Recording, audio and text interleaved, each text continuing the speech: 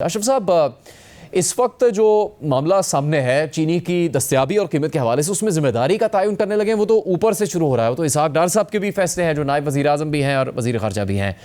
लेकिन इस वक्त जो मसला दरपेश है वो IMF के एतराज़ के बाद ज़्यादा संगीन हो गया है। अब हुकूमत के पास क्या रास्ता है? चूँकि चीनी महंगी होने की वजह से परेशानी का इज़हार किया गया, अब जो इक़दाम करने पड़ेंगे उससे चीनी तो सस्ती हो भी नहीं सकेगी, इंपोर्ट भी महंगी होगी, बेचा भी नहीं जा सकेगा उसे सस्ता।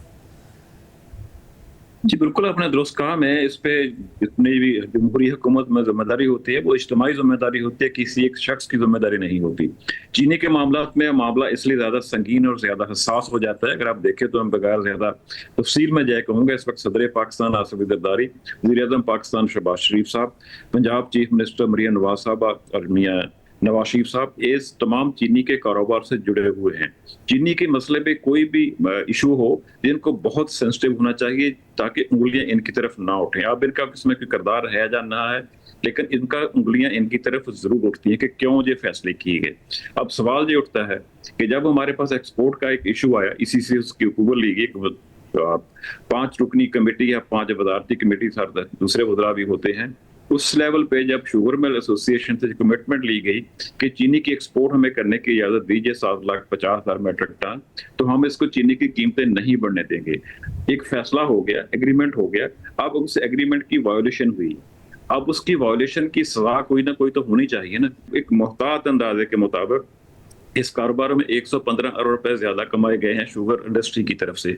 और FBR का कहना बहुत ही सेफ, जो FBR का दादोशुमार है, कम से कम गवर्नमेंट को नुकसान जो हुआ कम से कम 40 अरब रुपए टैक्सेस की मद में नुकसान हुआ है सारे सिलसिले में। जी आप क्यों 150-15 अरब वो डाल लें, 40 वो डाल लें, 155 अरब बनते हैं, क्यों आप 150 अरब जुर्माना नहीं ठोकते हो? जब चीनी की कीमत बढ़ रही थी, हम भी रोज अखबारों में देखते थे, आए दिन प्राइम मिनिस्टर साहब एक नोटिस लेते थे, सख्त वार्निंग इशू करते थे, मीटिंग्स होती थी। इसहाक डार साहब की सरबराही में एक मीटिंग बन गई, कमेटी बन गई, उसकी मीटिंग होती रही। ये सारे के बावजूद क्या चीनी की कीमत नीचे आई? जवाब है नहीं आई। जब इतनी मीटिंग्स हो रही हैं, इतना एक्शन हो रहा है, प्राइम मिनिस्टर क्या इतने बेबस हैं? क्या इतना ताकतवर सेक्टर उनके सामने खड़ा है, वो कुछ नहीं कर सकते? एक तरफ तो बंद इंतजामी पर सवाल उठ रहा है, टैक्सेस में नुकसान हुआ, कीमती ज़र मुबादला खर्च करना पड़ेगा एक मसनूआत को दोबारा पाकिस्तान मंगवाने के लिए, इंपोर्ट करने के लिए। एक तरफ तो ये मामला है, दूसरी तरफ एक और सवाल है। जी जुनेद साहब, मैं मैंने रोक दिया आपको। एक और सवाल है, हमारा जो रिकॉर्ड स्टॉक्स अवेलेबल हैं उसके मुताबिक में 5,50,000 टन एक महीने की चीनी दरकार होती है पूरे मुल्क में। हमारे पास उससे ज्यादा स्टॉक्स नवंबर तक के अवेलेबल हैं। नवंबर के फर्स्ट वीक में हर हाल में चीनी की गन्ने की क्रशिंग शुरू होनी चाहिए। उस वक्त तक हमारे पास काफी चीनी मौजूद है, हमें चीनी दरामद करने की बिल्कुल बिल्कुल कतन जरूरत नहीं है। अब चीनी दरामद क्यों हो रही है? चीनी पाकिस्तान के लोगों के लिए कतन दरामद नहीं हो रही। चीनी दरामद इसलिए हो रही है कि चीनी बाहर से आ जाए, चीनी के स्टॉक्स मौजूद हों। गन्ने का क्रशिंग सीजन में आज आपको लिख के देता हूं, जो गन्ने का क्रशिंग सीजन लेट करेंगे, उस लेट का नुकसान क्या होगा?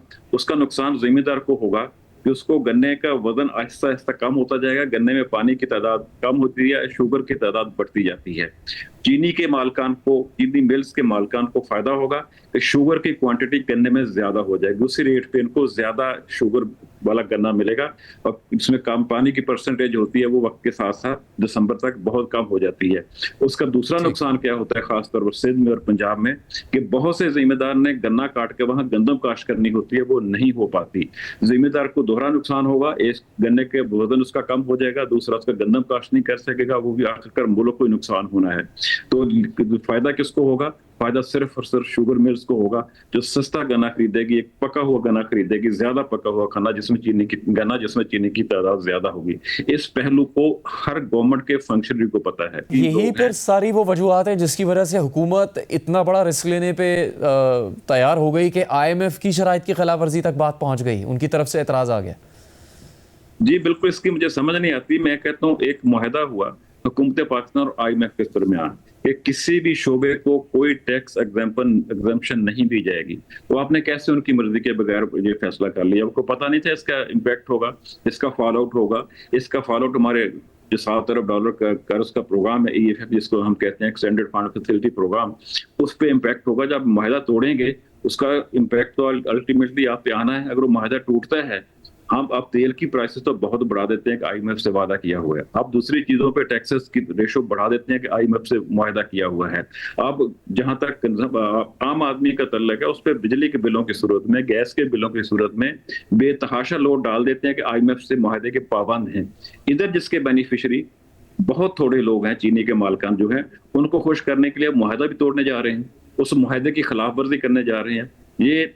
ये मुझे नहीं समझ आता कि आम आदमी का दिमाग कैसे ये चीजें हजम करता है, किस तरह बड़े बड़े फोरम से ये फैसले होते हैं प्रॉपर होमवर्क किए। मैं ये भी नहीं मानता कि होमवर्क नहीं होता, लोगों के मुंह बंद किए जाते हैं। जैसे अभी इसके चीनी की दरामद के मसले में जब टैक्स एग्जेम्पशन का फैसला हुआ, इम्पोर्ट का फैसला, वजारत खजाना को तो पूछा ही नहीं गया। जो सिग्नेटरी है IMF के साथ, वो तो स्टेट बैंक ऑफ पाकिस्तान और वजारत खजाना है, उनसे तो मशवरा नहीं किया गया, उनसे तो पूछा नहीं गया। पता नहीं कहाँ फैसला हो गया, किसने फैसला कर लिया। कैबिनेट जो फैसला किया उसको head prime minister of Pakistan कहते हैं। उनको तो बहुत, मैं दोबारा कहता हूँ, उनको तो बहुत सेंसिटिव होना चाहिए कि उनकी तरफ उंगलियां ना उठ जाए कहीं।